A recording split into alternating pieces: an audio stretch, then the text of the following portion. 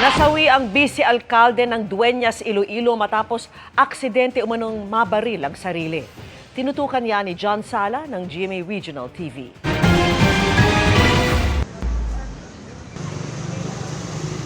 Habang nag-aayos ng gamit si Dueñas Iloilo Vice Mayor Aimee Paz Lamasan Martes ng umaga sa kanyang bahay sa La Paz. Itatago sana niya ang isang 9mm pistol. Pero bigla raw itong pumutok at tinamaan ang kanyang tiyan. Isugod pa siya sa ospital. Sabi ng kanyang pamilya noong Martes, maayos na ang kanyang kondisyon at nagpapagaling sa ospital. Pero kahapon ng hapon, ilang oras bago ang pagpapalit ng taon, nasawi si Lamasan.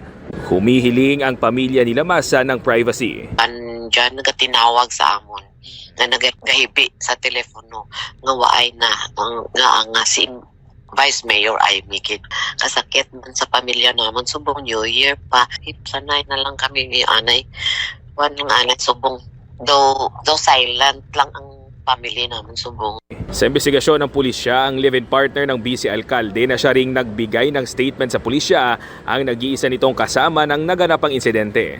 Nais siyang isailalim ng pulisya sa paraffin test. Partner ko ni Vice Subong na padalhan ta sa request for paraffin test.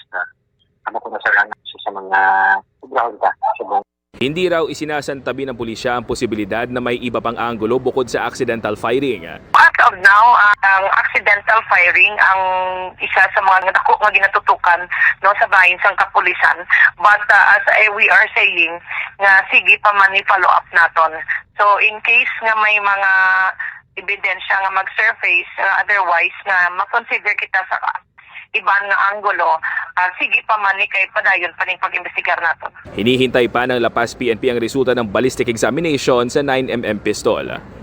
Hinihintay rin ang kumpirmasyon ng Regional Civil Security Unit kung ang vice-alkalde ang nagmamay-ari ng baril. Si Dueñas Mayor Robert Martin Pama nag-abot ng pakikiramay sa pamilya Lamasan sa pagkamatay ng vice-alkalde na itinuturing ani ang kapatid. Sinusubukan naming kunan ng pahayag ang live-in partner ng Vice Mayor na nagtatrabaho sa LTO Central Office at dating OCD Regional Director sa Eastern Visayas.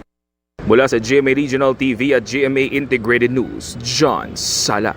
Nakatutok 24 oras.